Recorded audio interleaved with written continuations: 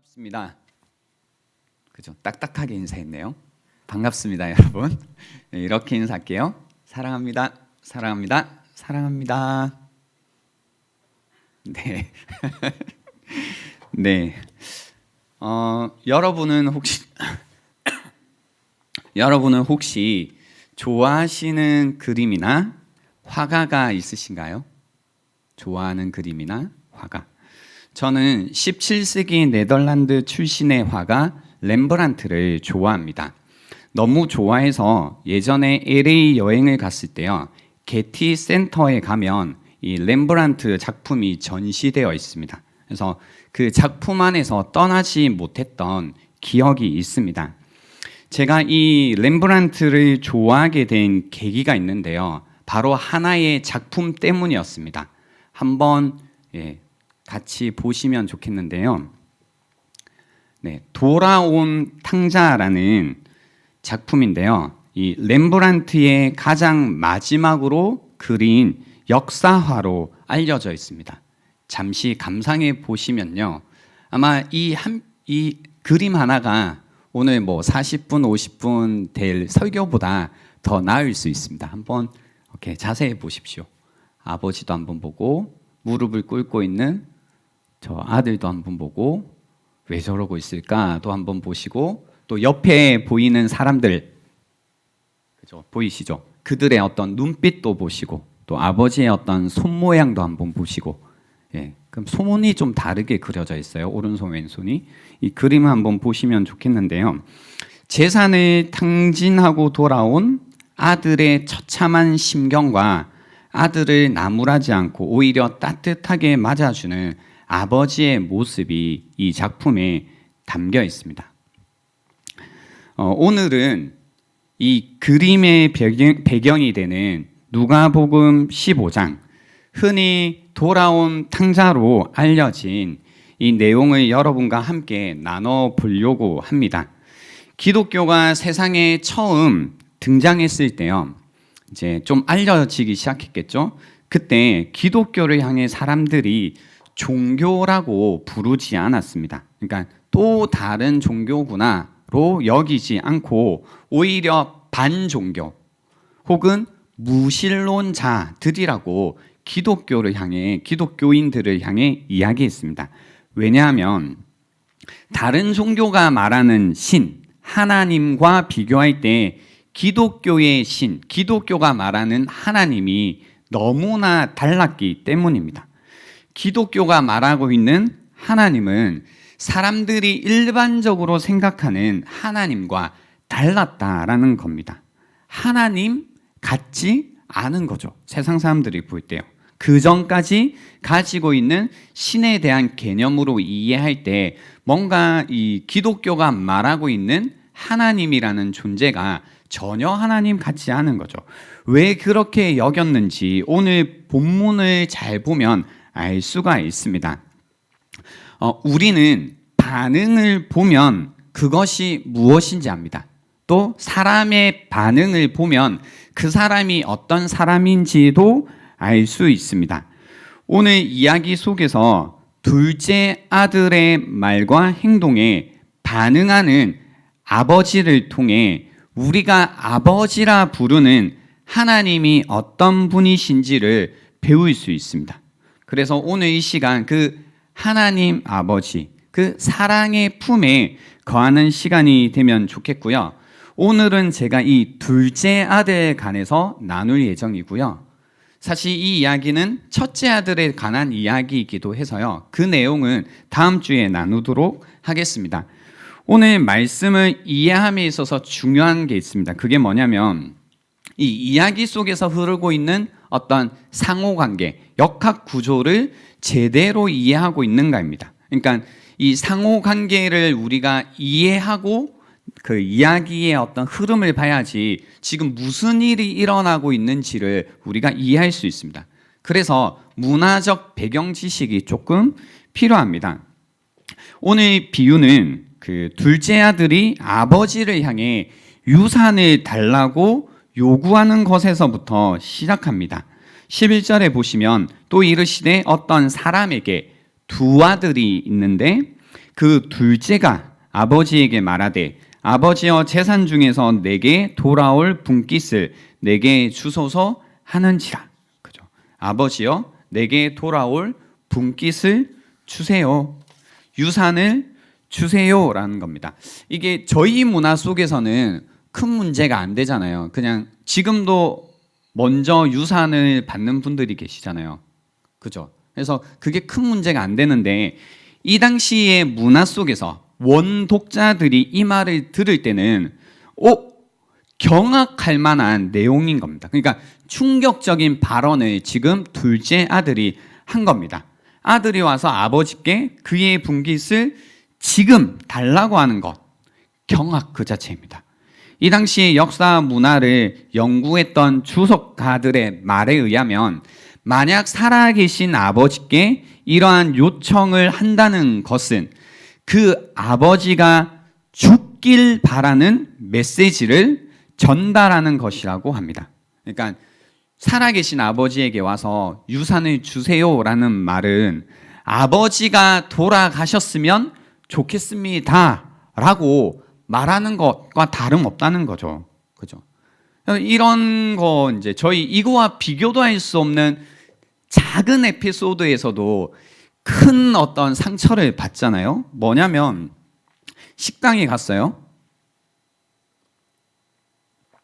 그래서 큰맘 먹고 이제 식당에 가서 이제 돈을 내고 밥을 먹고 있는데 식사를 시작한 지 한 10분 정도 지났을까요? 갑자기 종업원이 와서 접시를 치우고 이제 밥을 먹고 있는데 식탁을 닦아요. 무슨 의미인가요? 가라는 거죠. 빨리 먹고 가라는 거잖아요. 어떠세요? 괜찮아요? 아니잖아요. 제가 겨울인데 차를 타고 있어요.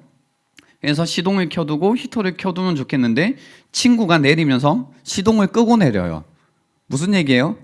내리라는 거죠. 그러니까 이런 작은 에피소드에도 우리는 뭔가 이게 이거 좀 아닌 것 같은데, 그리고 때로는 가까운 관계라면 큰 상처를 받는데 지금 아들이 아버지에게 와서 유산을 달라고 했다고요. 근데 그 메시지가 아버지가 없었으면 좋겠습니다는 메시지라고요. 그러니까 아버지의 돈은 재산은 필요한데 근데 아버지는 없으면 좋겠어요라는 이 이중 메시지를 동시에 보내고 있는 거죠.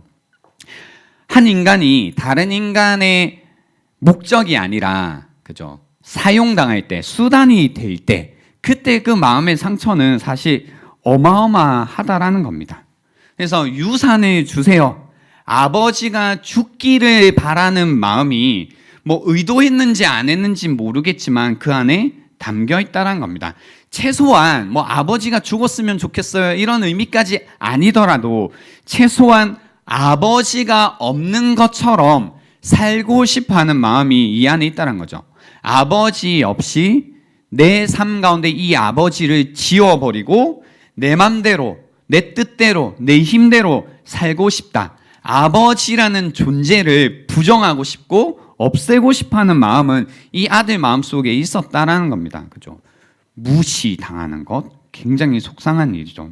그것도 자신의 아들에게 이런 취급을 당하고 있다는 겁니다.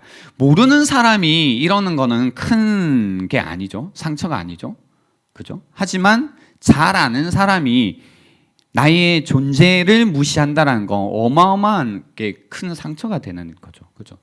그러니까 여러분 잘 아는 친구가 있어요. 근데 그 친구가 갑자기 나하고 늘 이제 중리 산이 하면서 늘 같이 어울렸는데 자기에게 친한 친구가 생겼다고 내가 연락 와도 연락을 받지도 않고 심지어 길을 가다 만났는데 인사도 하지 않고 지나가는, 그러니까 존재가 뭔가 부정당하는 느낌을 받으면 이 지금 아들이 아버지에게 했던 말, 그리고 이 말을 들었을 때 아버지의 마음이 어떠했을지를 우리가 조금은 이해할 수 있게 된다는 겁니다.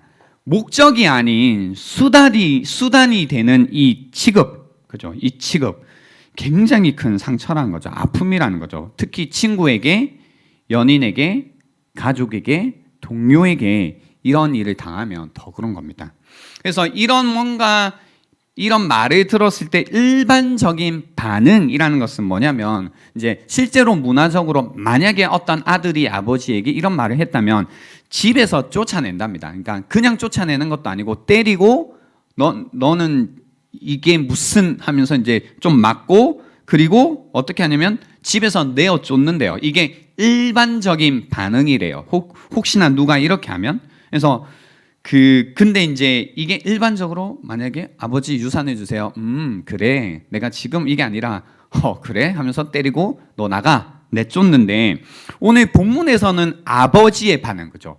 아버지의 반응은 어떠했냐면 보시면 그러나 아버지가 그 살림을 각각 나눠 주었더니라고 나와요. 그러니까 아버지의 반응이 일반적인 반응은 뭐냐면 그래 때리고 내쫓는 건데 때리지도 않고 내어 쫓지도 않고 오히려 아버지가 그 살림을 각각 나눠서 형과 동생 첫째와 둘째에게 주었다는 겁니다. 그러니까 이때 문화적으로 볼 때 둘째이기 때문에 한 3분의 1 정도를 받았다고 해요. 장자가 3분의 2를 늘 가지고 가고 남아있는 3분의 1로 그 외 동생들이 나눠 갖는다고 합니다. 그래서 아무튼 3분의 1을 가지고 있고 남아있는 모든 재산, 이제 3분의 2는 다 첫째 아들의 몫입니다. 이 이야기는 다음 주에 할 건데요. 이제 남은 건 다 누구의 것이라고요? 첫째 아들 것이라고요. 정리가 됐나요? 그래서 이제 아버지가 어쨌든 그 모든 것을 나눠주는데요.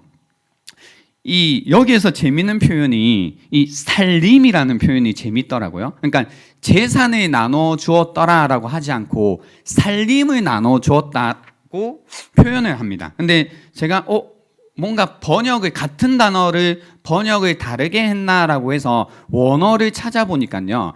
앞에서 아버지 분깃을 주세요. 재산을 주세요라고 아들은 재산을 달라고 요구했고요.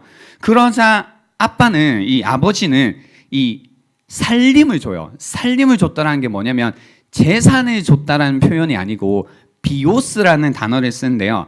라이프라는 뜻입니다. 삶, 생활. 그래서 삶의 기반을 정말로 줬다라는 뜻이에요. 자신의 삶을 줬다라는 이야기예요. 그래서 뭐예요? 자신의 삶을 정말로 나누어서 아버지가 준 겁니다. 자신의 삶을 준다라는 것은 어떤 의미가 되냐면 취약해진다라는 거예요. 취약해진다라는 건 이제는 그죠?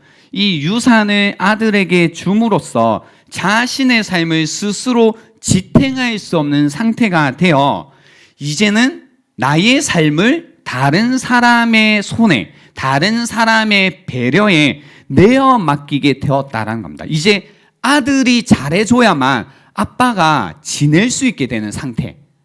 끔찍하죠. 그죠? 나의 삶이 누군가에게 내어 맡겨진다라는 거 사실 굉장히 경험해보고 싶지 않은 거잖아요. 근데 지금 그런 사건이 된 겁니다. 그죠? 아버지가 그런 것을 무릅쓰고 아들에게 유산을 준 겁니다.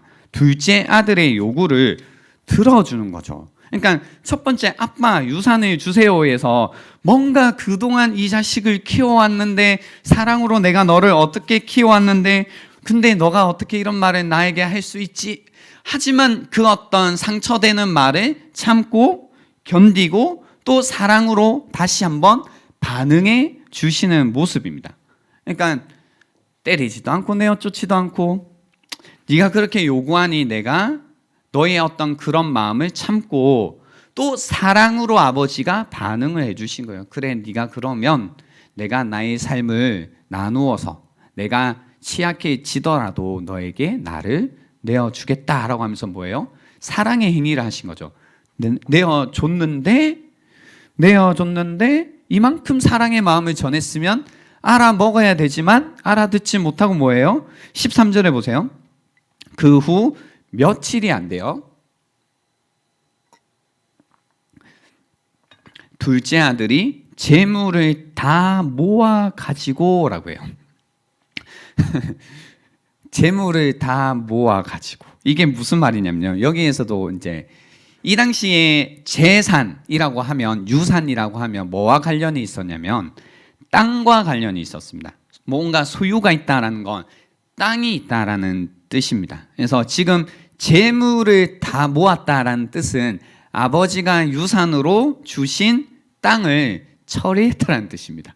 근데 땅을 뭐 지금 우리 개념에선 팔 수 있잖아요. 돈이 필요하면. 근데 이 당시에 땅이라는 건 그냥 단순히 땅이 아닙니다. 한 사람의 정체성 그리고 그 사람이 속해 있는 공동체와 관련이 있기 때문에 땅이 곧 납니다. 땅이 곧 내가 소속을 느끼는 곳입니다. 근데 보세요. 그 정체성과 소속이라는 것을 어떻게 했냐면 그냥 팔아버린 겁니다. 쉽게 고민하지 않고 팔아버린 겁니다. 그래서 모든 것을 이런 겁니다. 자신을 잃고 공동체를 잃고 심지어 아버지가 이게 나고 이것이 나의 공동체야 라고 한 그 땅을 사랑으로 내어줬는데 그러니까 너무너무 중요하고 소중한 거죠. 아들아 여기 있다. 내 삶이다. 줬더니 뭐예요? 네 하고 팔아요. 쉽게. 그죠? 그리고 그렇게 아버지의 삶을 쉽게 팔아버리고 아버지의 공동체를 쉽게 찢어버립니다. 사랑할수록 아픈 겁니다. 그죠?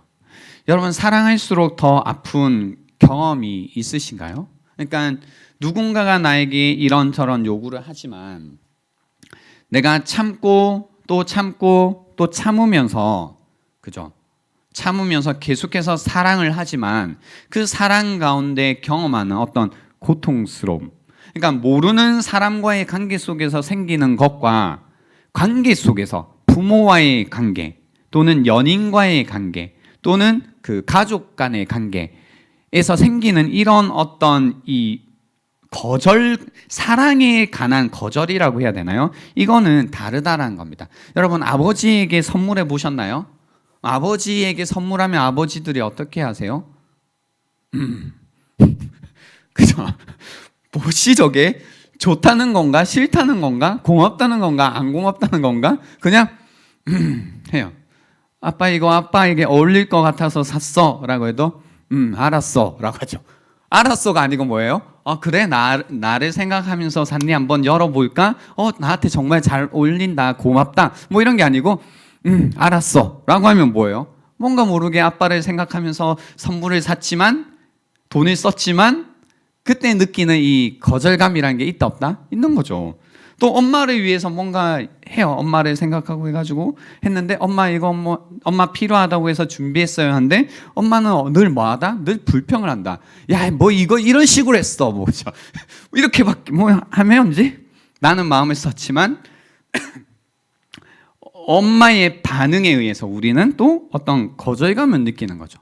연인끼리도 마찬가지죠. 연인끼리 뭔가 나의 남자친구를 생각하며 어떤 선물을 준비하고 우리 남자친구가 그 목이 아픈 것 같은데 내가 뭔가 목에 좋은 것을 준비해야겠다 해가지고 막 선물을 준비해가지고 갖다 줬는데 뭐 쳐다보지도 않아요. 뭐 그래 하고 말아. 그럼 뭔가 이제 내가 마음을 주고 생각하고 사랑을 준 거에 관한 무엇을 느끼냐면 이 거절, 사랑에 대한 거절감을 느껴요. 근데 이제 여러분 사랑을 그래도 한 번씩 다 해보셨죠? 했다 안 했다? 사랑할 때 정말 힘든 게 뭐냐면 사랑에 대한 거절이죠. 그러니까 썸 탈 때 당하는 거절은 충분히 뭐 큰 게 아니잖아요. 당할 수 있는 거죠. 당연히. 그렇지만 뭔가 사랑의 관계 속에서 당하는 이 거절이라는 것은 또 다른 차원의 거절감으로 오는 거죠. 그래서 이 아버지는 계속해서 아들로부터 당하고 있는 사랑의 거절을 견디는 겁니다. 견디고 계신 겁니다. 그러면서도 계속 사랑으로 반응을 해주시는 거죠. 만약에 여러분은 다른 사람이 여러분에게 이렇게 대우한다면 어떻게 하실 것 같나요? 우리는 일반적인 반응이 뭐예요? 우리는 분노하고 혹은 똑같이 거절하기 시작합니다.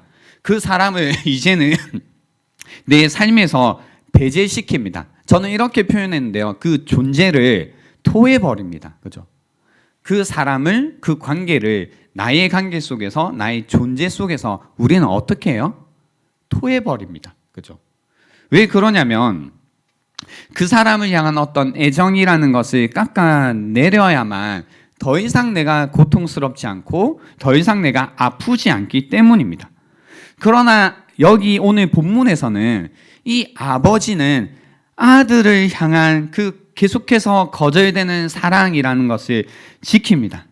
뭔가 극도의 고통 가운데서도 그 사랑을 지키면서 묵묵하게, 사랑의 충격이죠. 이 충격을 견디면서 있습니다. 그랬는데 아들이 어떻게 했나요? 아들은 떠납니다. 그 땅을 판 거에서 그치지 않고 아들은 떠나버리는 겁니다. 아들이 떠났다라는 것, 지금 우리 문화 속에서는 큰일이 아닙니다. 그죠? 여기에도 집을, 고향을 떠나서 오신 분들이 계시겠죠? 큰일이 아닙니다. 지금은 문화적으로 다 그렇게 합니다. 그죠? 하지만 이 당시에는 뭔가 자녀가 부모를 떠나서 지역을 떠나는 거예요. 지역을 떠난다라는 것은 그 부모를 굉장히 수치스럽게 만드는 일이었습니다. 그래서 원래 잘 떠나는 일이 없었습니다. 더군다나 뭐냐면 유산을 줄 만큼 나이는 들었을 거 아니에요. 근데 이 노년에 접어든 아버지를 돌봐야 되는 의무가 있는데 아버지에 대한 의무마저 내팽겨 치고 가고 있는 겁니다. 그러니까 아버지의 사랑을 거절하고 아버지를 수치스럽게 하고 아버지를 돌볼 어떤 사랑의 의무까지도 내던지고 아들이 지금 떠나갔다라는 겁니다. 여러분, 이 정도의 그 사람이 여러분 삶 속에 있었나요? 그러니까 끊임없이 나의 사랑을 거절하고 나를 수치스럽게 만들고 결국은 나에 대한 의무까지 내던지고 떠난 그 누군가가 있으신가요? 그 누군가를 떠올리신다면, 그죠? 오늘 이 본문이 정말로 전하려고 했던 메시지를 여러분이 잘 들으실 수 있을 겁니다. 이 아들, 자신이 원하는 방식대로 살고 싶어서, 자신의 인생의 주인이 되고 싶어서 이런 선택을 했습니다. 아버지란 존재를 지우고 아버지에 대한 생각을 하지 않고 아버지의 사랑도 보이지 않고 아버지라는 이제 그 존재고 사랑이고 다 필요 없이 그냥 자기만 보는 겁니다. 자기만 보고 자기가 원하는 방식대로 자기가 뜻하는 대로 살고 싶어서 떠난 겁니다. 그래서 어떻게 사나요? 그죠? 여러분, 이런 사람들이 어떻게 사나요? 허랑방탕하게 사는 겁니다. 그가 생각한 자유라는 것은, 그가 생각한 행복이라는 것은 그저 허랑방탕한 삶이었습니다. 자신이 원하는 대로 자신이 원하는 곳에 돈을 그냥 씁니다. 방탕한 삶을 살았습니다. 그래서 곧 삶을 다 써버립니다. 돈을 다 써버립니다. 13절에 보시면요, 먼 나라에 가서 거기서 허랑방탕하여 그 재산을 낭비하더니, 그죠? 늘 낭비하는 인생이죠. 이런 거 다 없앤 후 그 나라에 크게 흉년이 들어 그가 비로소 궁핍한지라. 그러니까 먼 땅에 가서요, 공동체를 버렸잖아요. 먼 땅에 가서 자기 재산을 탕진합니다. 근데 마침 그때 기근이 찾아오는 겁니다. 환경이 좋지 않은 걸 안 겁니다. 그리고 험하고 힘겨운 삶을 지내기 시작합니다. 가장 필요한 것, 먹을 것이 필요합니다. 그죠? 갑자기 삶이 너무 힘들어지고 이제 주위를 둘러보니 내가 처해 있는 상황, 환경이라는 것이 너무나 험하구나라는 걸 안 겁니다. 삶이 고통이라는 걸 안 겁니다. 그 가운데 배고픔이라는 것을 느끼고 있다라는 겁니다. 그러해서 살기 위해서 선택하는 일이 있습니다. 돼지와 관련된 일을 하기 시작합니다. 굶주림을 채우기 위해서요, 돼지를 먹이는 일, 그죠? 그 일을 했다라는 겁니다. 15절에 한번 보세요. 가서 그 나라 백성 중 한 사람에게 붙어 사니 그가 그를 들로 보내어 돼지를 치게 하였는데 그가 돼지 먹는 지엽 열매로 배를 채우고자 하되 주는 자가 없는지라라고 표현되어 있습니다. 뭔가 힘들고 험한 삶 가운데 돼지를 먹이는 일을 했다라는 겁니다. 여기에서 돼지라는 동물, 이 짐승이 나온 이유가 있습니다. 돼지라고 하는 거는요, 이 당시에 이제 유대교잖아요. 유대교에서는 돼지는 불결한 짐승이었습니다. 불결한 짐승. 우리는 좋아하죠. 돼지 얼마나 좋아요. 삼겹살 좋아한다 안 좋아한다? 좋아한다. 사랑한다. 거룩하다, 그죠? 그렇지만 이 당시에는 이 돼지를 불결하게 여겼습니다. 그래서 돼지와 관련된 직업이라고 할 때 무엇을 우리에게 암시해 주냐면 뭔가 불명예스럽고 불결한 삶이다라는 것을 이야기하는 겁니다. 그러나 그는 불결하고 뭔가 명예롭지 못한 삶을 살지만 여전히 배가 고픈 상태입니다. 돼지가 먹는 지엽 열매라도 먹고자 했지만 그를 도와줄 사람도 아무도 없었고 그는 그저 뭐예요? 비참하게 살았습니다. 주일학교 때 기억나시나요, 여러분?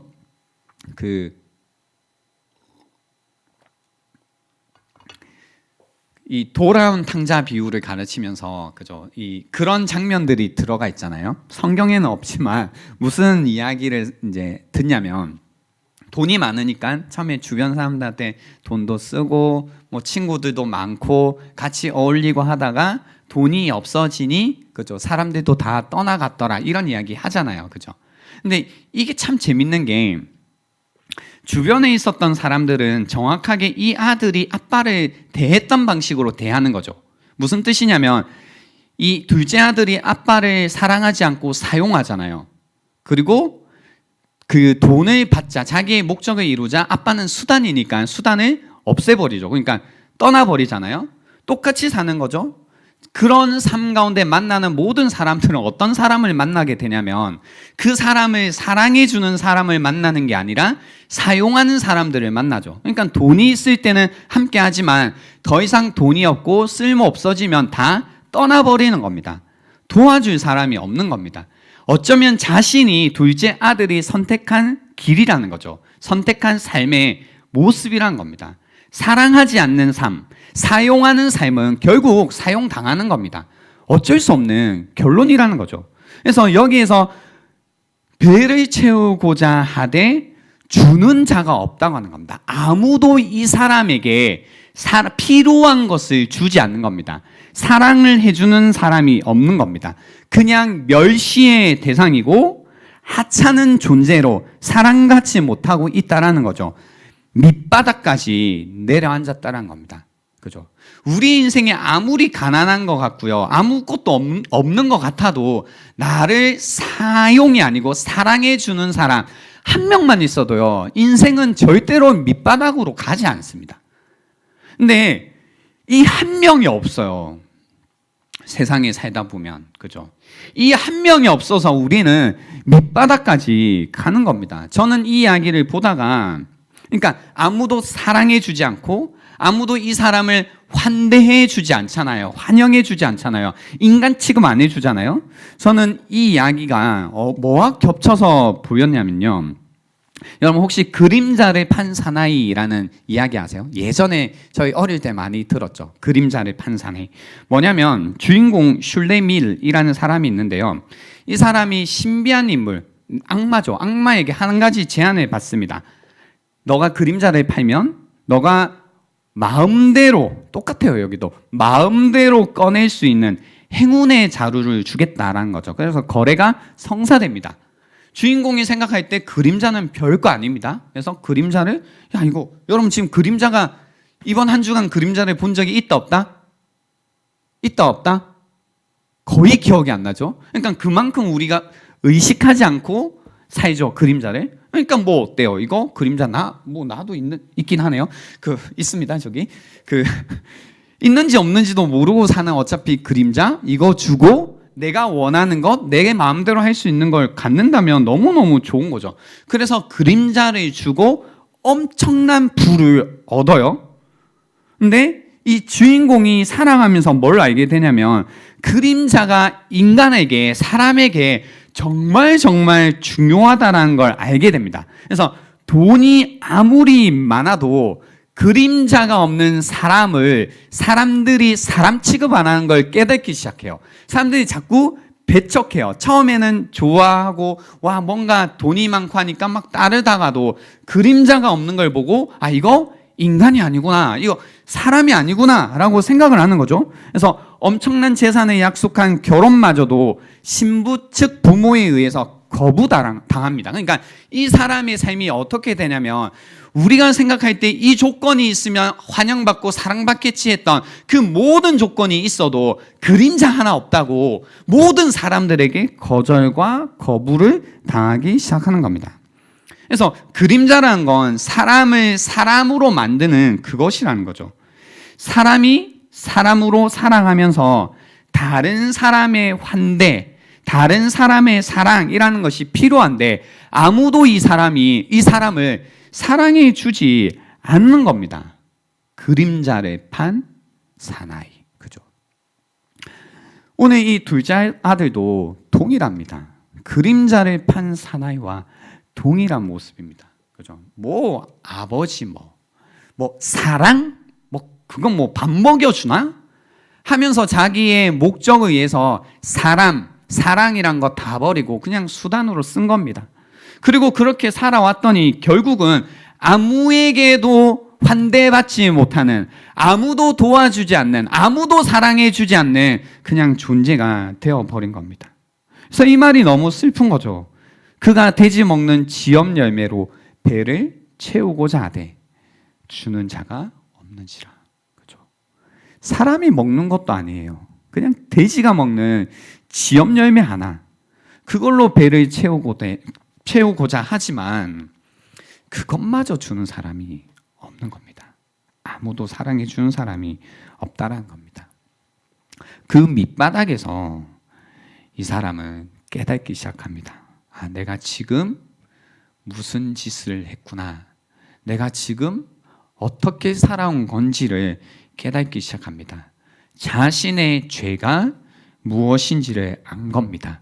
자신의 그 밑바닥 형편을 보니 자신이 아버지에게 무슨 일을 했는지 알게 되었다라는 겁니다. 현실의 끔찍한 고통 가운데서 그는 스스로 돌이킵니다. 생각합니다. 자신의 집에는 품꾼이라고 하면 종이 아니고요, 기술자들을 이야기합니다. 기술을 가지고 이제 먹고 사는 사람들인데요. 그 품꾼들도 양식이 풍족하다라는 사실이 떠오릅니다. 뭐 이제 돈도 명예도 다 필요 없고, 뭐 아들로서의 지위도 필요 없고, 그냥 이 배고픔, 그죠? 배고픔 하나, 이 굶주려 있는 나라는 존재를 채울 수 있으면 좋겠다라는 마음을 가지는 겁니다. 그래서 자신의 죄를 고백하고 품꾼의 하나로 받아달라고 아버지께 부탁해야겠다라는 계획을 세웁니다. 그러니까 자신 나름대로의 생각을 한 겁니다.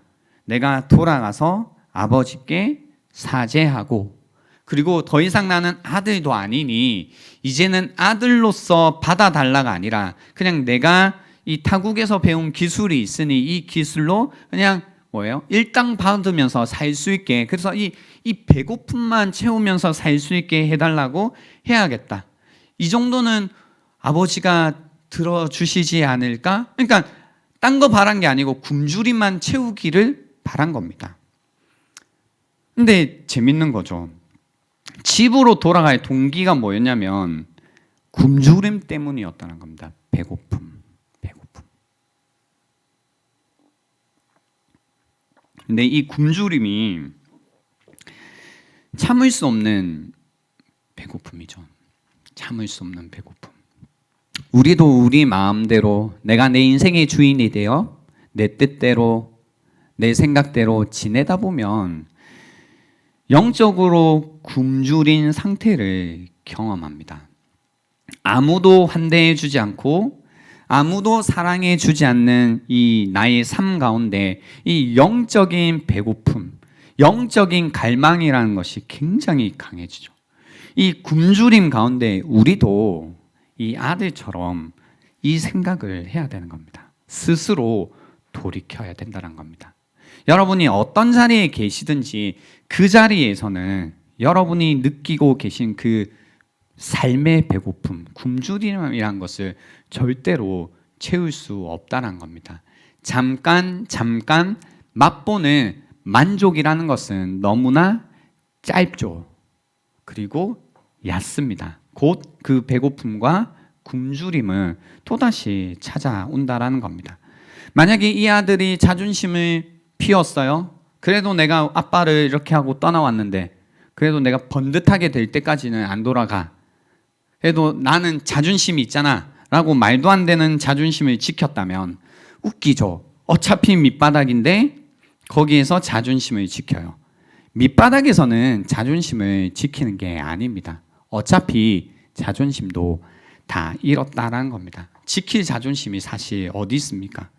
그래서 그는 자신을 도울 유일한 아버지에게로 돌아가기로 결정합니다. 배고픔이라는 것도 있고요. 돌아가기로 결정한 동기라는 것이 또 한 가지 있는 것 같아요. 그건 아버지께 자신의 잘못을 고백하고 싶었던 겁니다. 자신을 위해서, 자신의 욕망을 위해서 모든 돈을 허비해 버린 자기의 이기심, 자기 중심성, 죄라는 것을 아버지께 회개하고 싶었다는 겁니다. 평생 종으로 사는 한이 있더라도 이 마음을 아버지께 고백하고 싶었다는 겁니다. 굶주림과 아버지께 죄를 고백하고 싶어하는 이 마음. 이 아들은 아버지가 어떤 반응을 보일지 모른 채 돌아갑니다. 왜냐하면 유일한 곳이었기 때문입니다. 다른 곳으로 갈 수 없었기 때문입니다. 그가 하고 있던 최고의 기대는 자신이 고용되는 것뿐이었습니다. 그래서 그가 이제 그의 계획대로 아버지께 갑니다. 하늘과 자기 아버지에게 죄를 지었고 계속했겠죠. 가서 어떻게 아버지에게 이야기를 잘할까? 그리고 어떻게 나를 좀 용서해 주시고 품꾼의 하나로 써달라고 할까? 라는 마음으로 자신의 모든 것을 그저 아버지께 온전히 내맡기는 마음으로 갔다는 겁니다. 다른 아무것도 아니고 오직 이 아버지의 긍휼만을 의지하면서 나아갔다라는 겁니다. 그 아버지의 은혜를 전적으로 의지하면서 나아갔다라는 겁니다. 그렇게 아버지께 돌아갔습니다. 그렇게 아버지께 돌아갔다라는 겁니다. 그래서 어떻게 됐을까요? 오늘 이야기를 보시면요. 이제 이런 그림이죠. 아들의 입장에서는 내가 가서 아버지에게 무릎을 꿇고 아버지 잘못했습니다. 제가 아버지의 사랑을 끊임없이 거절하면서 살아왔고 그리고 이렇게 지냈습니다. 제발 용서해 주십시오. 아버지가 그동안 어떤 마음이었을지 제가 저를 향하신 아버지의 마음을 정말 너무 몰랐습니다. 괴롭게 해드려서 너무너무 죄송합니다. 저 이제 아들이라고 여기지 마시고 그냥 품꾼으로만 써주십시오. 제가 그냥 그렇게 평생 저의 기술을 아버지를 위해서 사용하면서 그냥 그렇게 살아가겠습니다. 라는 이 모든 어떤 시나리오가 있었겠죠. 근데 이제 그 마음을 가지고 갔는데 오늘 이야기에 가장 돋보이는 장면인데요. 20절에 보시면 이에 일어나서 아버지께로 돌아가니라. 감동이죠. 아버지께로 돌아가니라. 돌아가고 있는데 이거죠. 아직도 거리가 먼데 저 멀리 있는 겁니다. 거리가 먼데 그를 보고 측은히 여겨 컴패션한 거죠. 같이 마음이 아픈 거죠. 측은히 여겨 달려가 아버지가 달려가 목을 안고 입을 맞추니라는 겁니다. 아버지의 두 번째 반응입니다. 말도 안 되는 요구에 사랑으로 반응했던 아버지. 근데 여기에서 보시면요. 아버지는 저 멀리 아들이 이제 생각하면서 오고 있는데, 그죠? 아들이 집으로 걸어올 때까지 기다리지 않습니다. 기다리지 않습니다. 뛰쳐나가서 이 아들을 끌어안고 키스를 해주는 거죠. 이게 여러분 보세요. 충격적인 장면이에요. 왜 충격적이냐면요. 그래도 아들이 뭐 잘못했던 일들이 있겠다 없겠다? 당연히 있었겠죠. 그러니까 뭔가 일반적인 반응이라는 게 있다라는 거예요. 일반적인 반응이란 게 뭐냐면 여기에서 문화적으로 볼 때요. 일반적으로 아버지는 아들이 자신의 죄를 잘못을 고백하기까지 기다리는 게 일반적이에요. 그래서 아들이 다시 아버지에게 와서 아버지를 향한 존경을 충분히 표현할 때까지 반응하지 않는 것이 일반적인 반응이라는 겁니다. 어떤 그림인지 알겠죠? 아버지가 채통을 지키고 있는 거예요. 자비로운 아버지도 그런다고요. 자비로운 아버지도 일단 기다리고 있다고요. 기다리고 있다가 아들이 와서 굳이 와서 아버지에게 아버지 제가 정말 죄송했습니다. 그리고 아버지를 향한 충분한 존경의 마음을 표현하기까지는 반응하지 않고 하고 있는 거라고요. 이게 일반적인 거라고요. 그리고 아버지는 이 당시에 절대로 뛰지 않습니다. 옛날에는 저 양반은 뛰지 않는다 이런 얘기 들어보셨죠? 이 당시에도 아버지는 절대로 뛰지 않습니다. 아들은 뛰어요. 근데 아버지는 절대로 뛰지 않습니다. 달리는 문화가 없는 겁니다. 근데 지금 이런 일반적인 건데 그게 그러니까 이걸 듣던 처음 원 독자들이 놀라는 거죠. 아버지가 뛰어? 아버지가 먼저 뛰어가? 심지어? 기다리면 될 텐데? 그리고 아직 죄도 고백 안 했잖아. 아직 아버지에 대한 존경의 표현도 안 했잖아. 근데 그것도 하기 전에 먼저 뛰어나가? 아버지의 과분한 환대의 이야기라는 겁니다. 그는 그의 아들에게로 뛰어갑니다. 그의 마음을 활짝 열고 그에게 내 마음이 열려 있음으로써의 표현, 입맞춤을 해주는 겁니다. 아버지는 너무 기뻐서 목을 끌어안고 그를 안아주면서 기쁨에 입맞춤을 한다는 겁니다. 반응을 통해서 그가 누구인지를 우리는 알 수 있습니다. 이 아버지는 하나님을 상징하겠죠.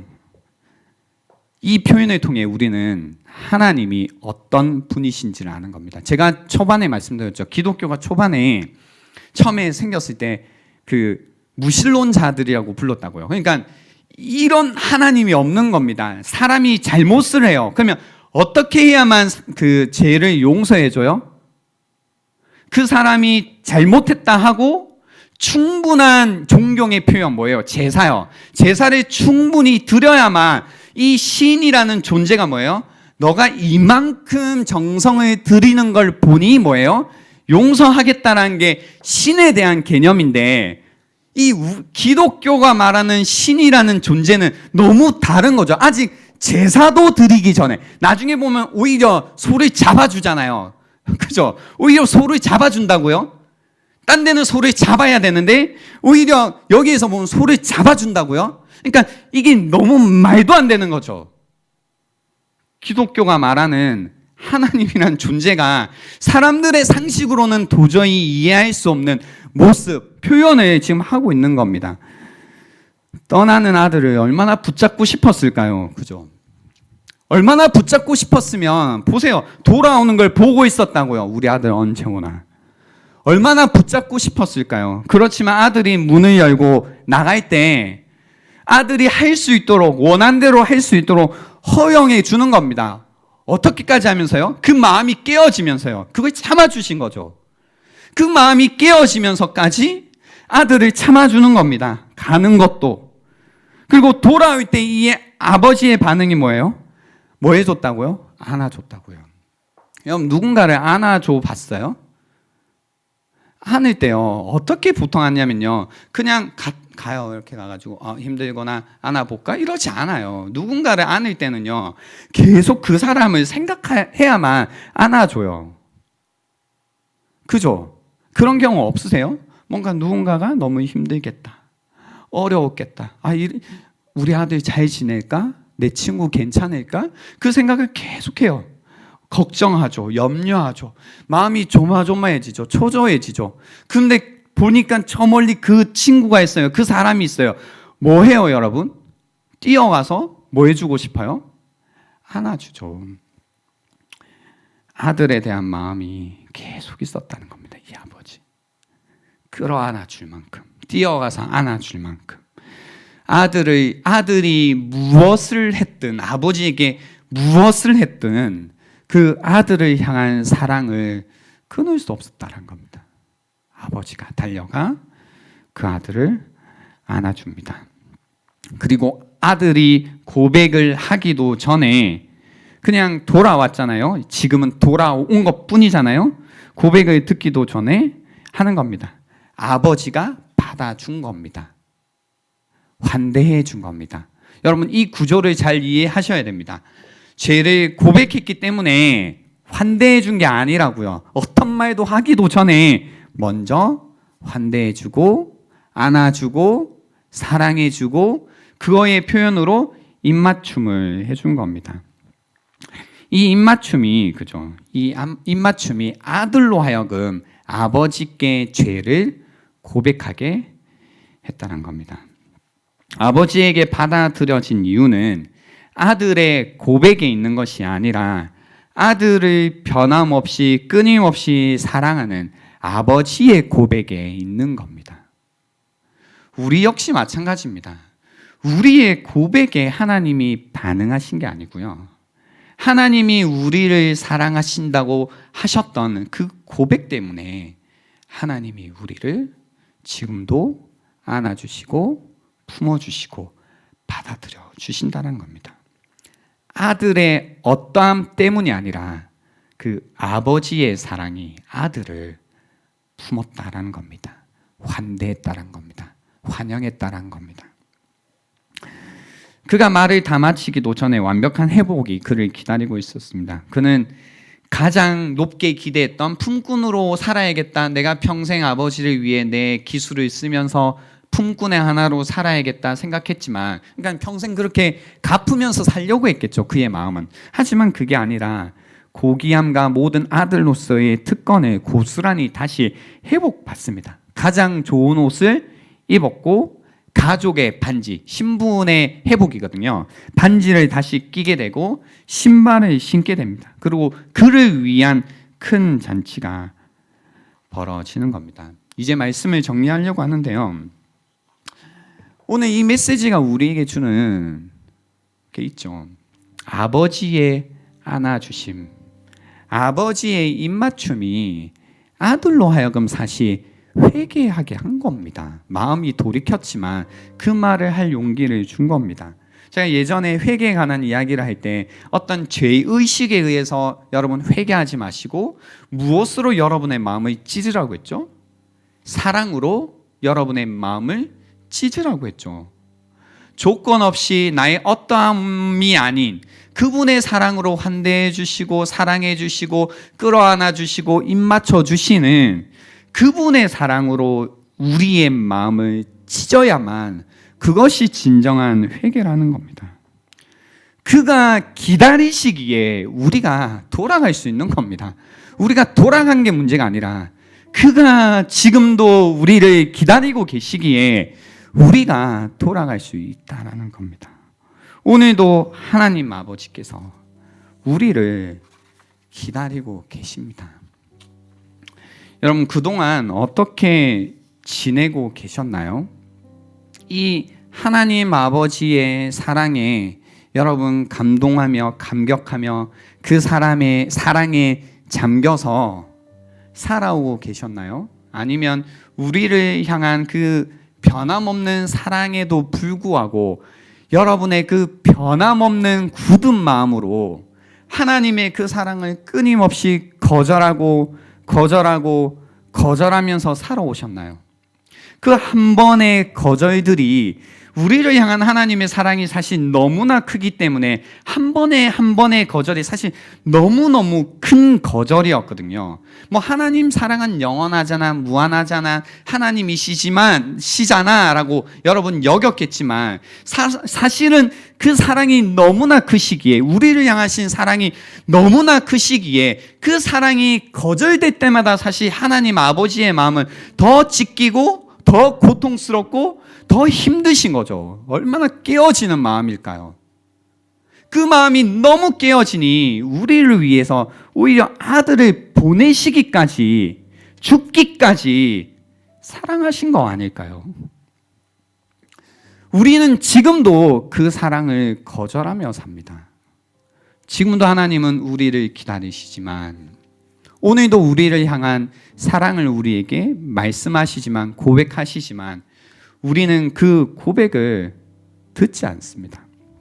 그러나 오늘 이 시간 여러분 마음 가운데 그 여러분을 깊이 사랑하시는 아버지 하나님의 사랑의 고백이 들리신다면 여러분도 오늘 고백하실 수 있습니다.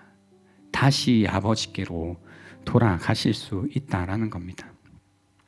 그래서 오늘 이 시간이 다시 한번 아버지께서 우리를 향해서 나의 이 아들은 죽었다가 다시 살아났고 내가 잃었다가 다시 얻었다고 말씀하시며 기뻐하시는 그런 시간이 되면 좋겠습니다. 여러분 삶도 그러실 수 있습니다. 나는 자유하다, 내 뜻대로 산다, 내 마음대로 산다고 하시지만 그죠?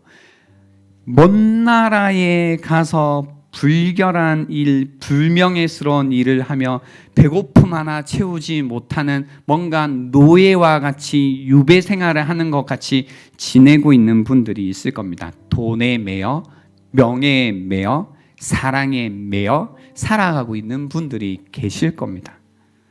여전히 굶주림 가운데, 묶임 가운데 살아가시는 분들, 사는 게 사는 것 같지도 않고 죽은 것처럼 사시는 분들, 오늘 이 시간 하나님 아버지의 고백이 여러분에게 들려서 다시 한번 죽어있던 여러분이 살아나시는 시간, 잃었던 생명을 다시 한번 얻는 이 시간이 될 수 있으면 좋겠습니다. 하나님 아버지께서 지금도 여러분을 기다리고 계시고 여러분이 돌아가시면 여러분을 안으시고 여러분을 사랑으로 대해 주실 겁니다. 이 시간을 드리겠습니다. 오늘 들었던 말씀을 한번 생각해 보시면서요.